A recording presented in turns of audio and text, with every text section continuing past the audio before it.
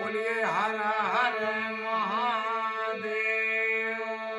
प्रिय श्रोता बंधुओं, पिछले भाग में मैं आपको बताया कि योगी बाबा द्वारा पुत्र को जीवित किया जाना, रानी को भी स्वस्थ होना, एक ग्राम वासियों को कितना अच्छा लगा। सब मिल करके योगी बाबा की आरती उतारे, जयकारा मनाए। योगी बाबा विदा लेकर के जाते वक्त रानी सुमति को बताया, ग्राम वासियों को बताया कि है पुत्री, है लोगों, मेरी बात ध्यान से सुनो। इस बच्चे का नामकरण मैं करता हूं, भद्रायु नाम रखता हूं। यानी पहले इसकी शरीर भद्र थी, आयु मैंने दिया, इसलिए इसका नाम भद्रायु। और रानी से बोला, ऐ रानी, यह 12 वर्ष जाते जाते यह बच्चा कुछ सवाल करेगा जिसका जवाब तुम नहीं दे पाओगी, इसलिए तुम लेकर के 12 वर्ष के बाद हमारे कुटिया में आ जाना। मैं बद्री बन आश्रम में कुटिया बना के रहता हूँ, वहाँ योगी बाबा के नाम से पूछोगी, तुम सब बता देंगे और तुम वहाँ आना। इसके सवालों का जवाब मैं दूंगा, तुम्हारे पास का नहीं है। इसलिए समय बीता, गुरुकुल में भद्रायु जाने लगा। समय बीतते बीतते लगभग 12 वर्ष हो गया। लेकिन जब गुरुकुल में जाता पढ़ाई करने के लिए, सारे बच्चे पूछते हैं कि अरे भद्रायु, तुम ये बताओ तुम्हारा पिता कौन है। लेकिन भद्रायु जवाब नहीं दे पाता। एक दिन वो क्रोधित होकर के, रुष्ट होकर के आकर के घर पे बैठा और मैया से बोला, माँ मुझे कुछ लोग ताना मारते हैं, उसका हमें जवाब दो, वरना मैं गुरुकुल में नहीं पढ़ने के लिए जाऊंगा, मैं अपनी शिक्षा यही बंद कर दूंगा। मैया पूछती हैं बात क्या है। तो वह भद्रायु पुत्र जो 12 वर्ष को हो गया था, वह कहता क्या है। बोलिए हर हर।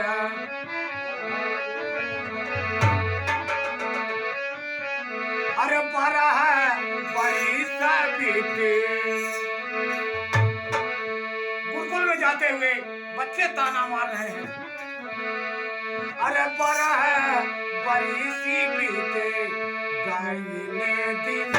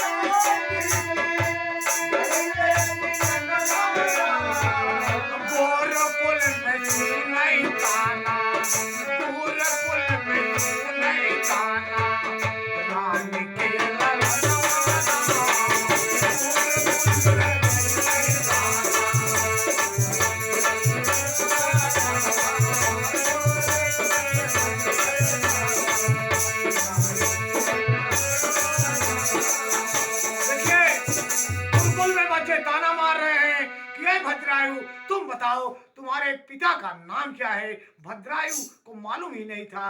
वह अपने माँ से जाकर के प्रश्न पूछता है। किस प्रकार पूछता है। अरे मनावा बिकला बड़नी, मन में गलनिया, यानी मन विकल हो गया, मन में ग्लानि बढ़ी और माई से पूछने लगा लड़ते हुए जुबान से, ए मैया मुझे बताओ मेरे पिता क्या है, कौन है, कहाँ पे है।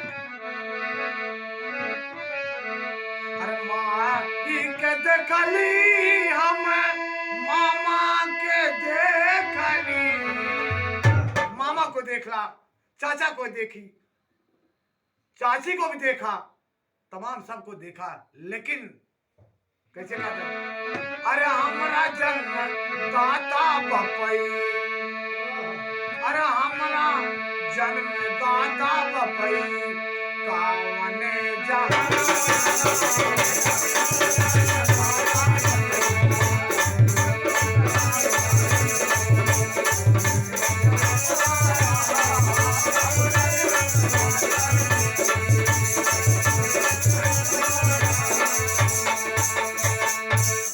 मैया हमारे जन्मदाता हमारे पिताजी कौन है? बच्चे हमारे हमें गुरुकुल में ताना मारते हैं, मैं कौन सा जवाब दूं मैया? आज तुम्हें बताना पड़ेगा, या तो मैं अन्न जल ग्रहण नहीं करूंगा, अपना जीवन भी समाप्त कर सकता हूँ। हमें ये ताना बर्दाश्त नहीं है।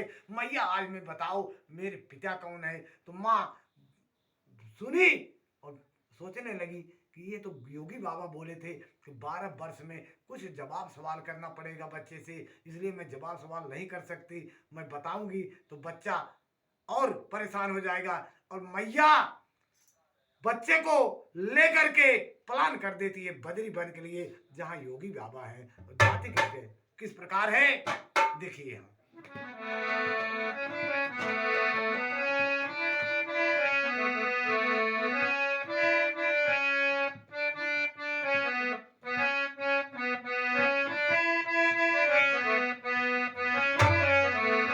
माँ की ममता जग गई है, बच्चे को लेकर के बद्र के आश्रम की तरह चल रही है।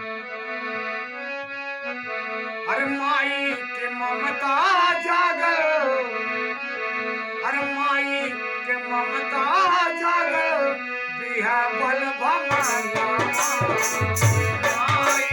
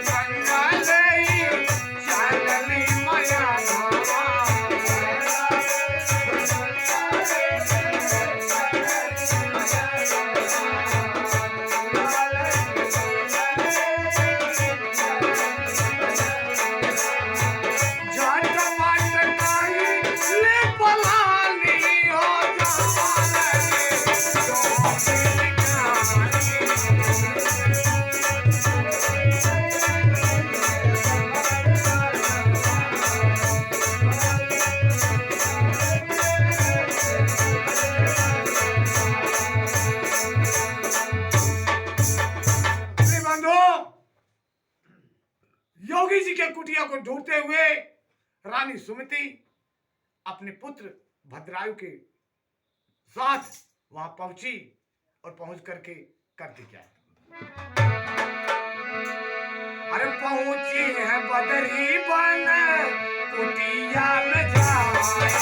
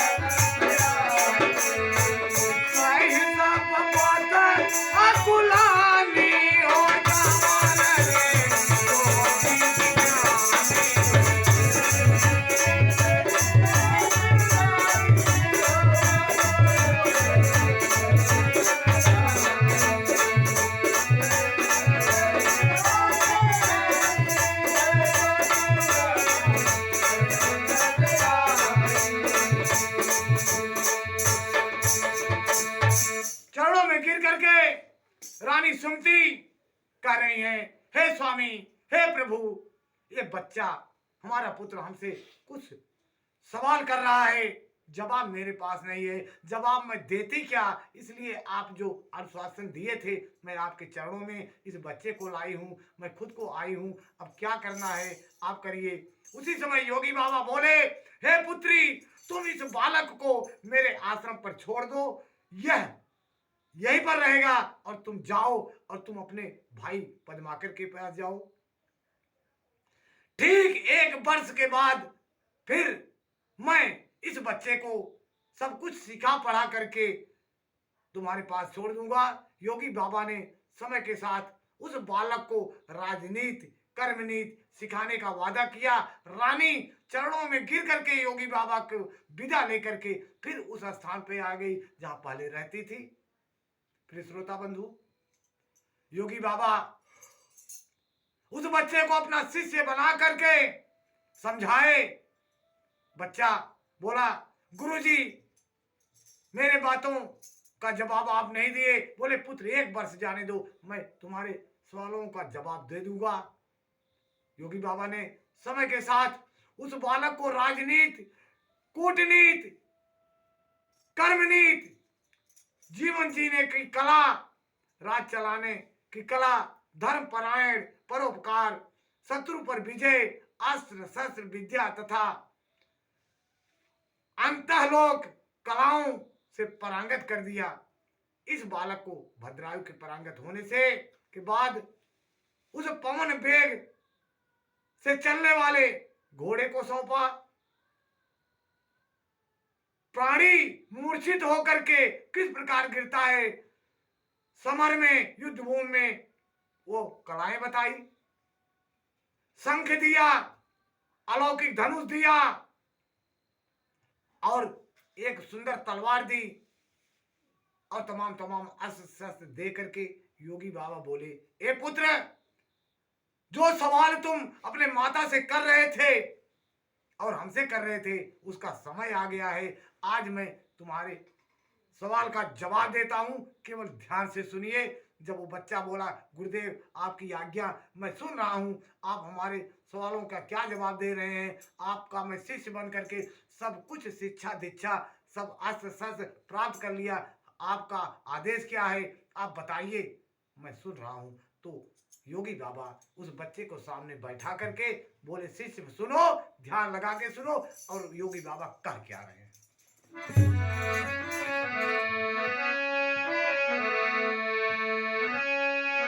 अरे सुना हो,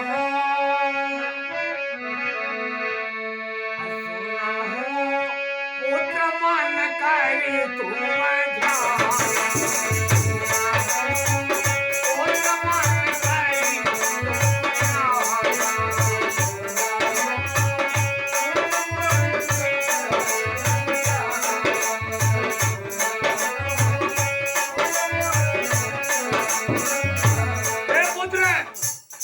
बात को ध्यान से सुनो। सुनो पुत्र मन कर तुम ध्याना किसले। अरे जीवन जीवन सहे वो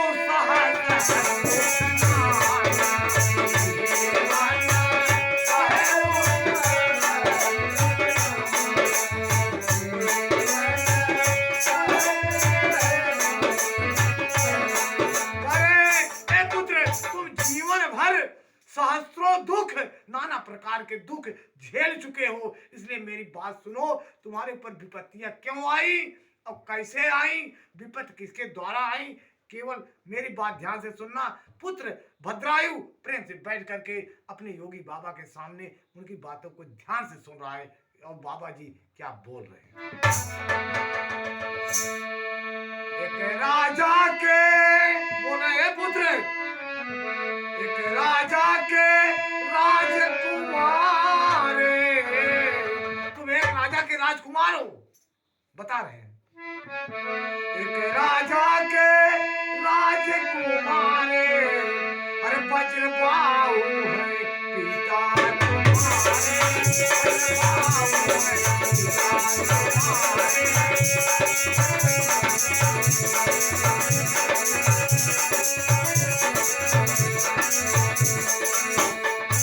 तो रोग ग्रसित तुम मातु तुम्हारी, रोग से, क्षय रोग से ग्रसित थे, तुम्हारी मैया भी क्षय रोग से ग्रसित थी। इसलिए ग्रसित होने के कारण मैं गया और वहां जा करके तुम्हें मैं आयु प्रदान किया, तुम्हारे क्षय रोग को हटाया, तुम्हारी मैया के क्षय रोग को हटाया, और तुम्हारी मैया विपद भोगते हुए उस बनिया की नगरी में जा करके उसकी बहन बन करके, पद्माकर नाम के बनिया के यहाँ बन करके अपना जीवन व्यतीत रही थी। तुम एक राजा के राजकुमार हो, तुम्हारे पिता दर्शान नगरी के राजा वज्रबाहु हैं, लेकिन उनकी दशा क्या है इस समय सुनिए। महाराज योगी बाबा बता रहे हैं, पुत्र बड़े ध्यान से सुन रहा है। रोगग्रसित तुम मातु तुम्हारी, अर नगर दूर की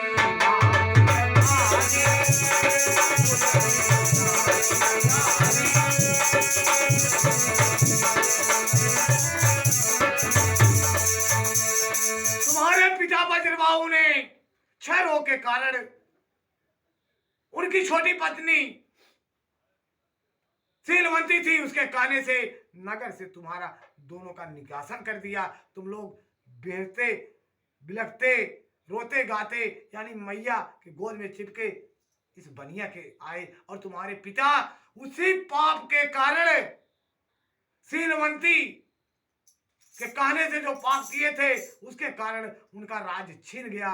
मगध नरेश जो है मगध का राजा यानी जो बिहार है पड़ता है, वहां का राजा उनको कैदी बना करके उनको जेल में डाल दिया और सारा राज तुम्हारा छीन करके वहां शासन कर रहा है। इसलिए तुम्हारे पिता इस समय मगध देश में कैदी बन करके कारागार में अपना जीवन यापन कर रहे हैं।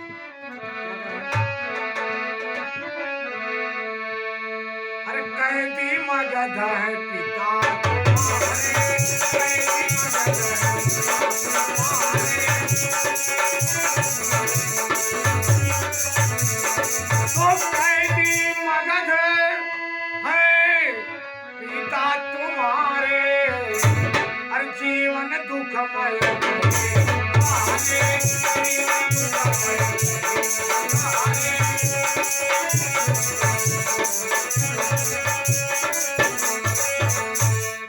जीवन दुखमय तुम्हारे पिता गुजार रहे हैं। यह बात मैं आज समय आने पर बताया हूं कि क्योंकि तुम्हारे पिता का अब जो पाप है वह अंत हो रहा है, क्योंकि तुम्हारी मां जो सुमति है उन्होंने शिव का इतनी बड़ी आराधना की है, पूजन की है, वंदन की है कि पतिव्रता नारी होने के साथ एकादशी का व्रत का पालन किए। उनके धर्म के कारण तुम्हारे पिता का पाप अब कम हो चुका है। अब तुम ऐसा करो, जो मैं तुम्हें शिक्षा दीक्षा दिया हूँ, अस्त्र शस्त्र दिया हूँ, जो कलाएं बताया हूँ, तुम घोड़े को सजाओ और अपना सब सारे युद्ध करने वाला ये अस्त्र शस्त्र लेकर के मगध पर चढ़ाई करो, और चढ़ाई करके अपने पिता को कैद से छुड़ा करके उनको फिर राज गद्दी पर दर्शान नगरी में स्थापित करो। यह पुत्र का कर्तव्य है। पुत्र, मैंने तुम्हें बहुत कुछ सिखाया, पढ़ाया, समझाया, उनका पाप का अंत हो गया है, उनका पूर्ण उदय हो रहा है। अब तुम जाओ, जा करके अपने पिता को कैद से छुड़ा करके वहां लेके आओ दर्शान नगरी में। जब इतनी बात योगी बाबा कहते हैं तो यह पुत्र जो भद्रायु था करता क्या है? भैया बोलिए हर हर। अरे घोड़ा सजाई वीर राजा के लाल,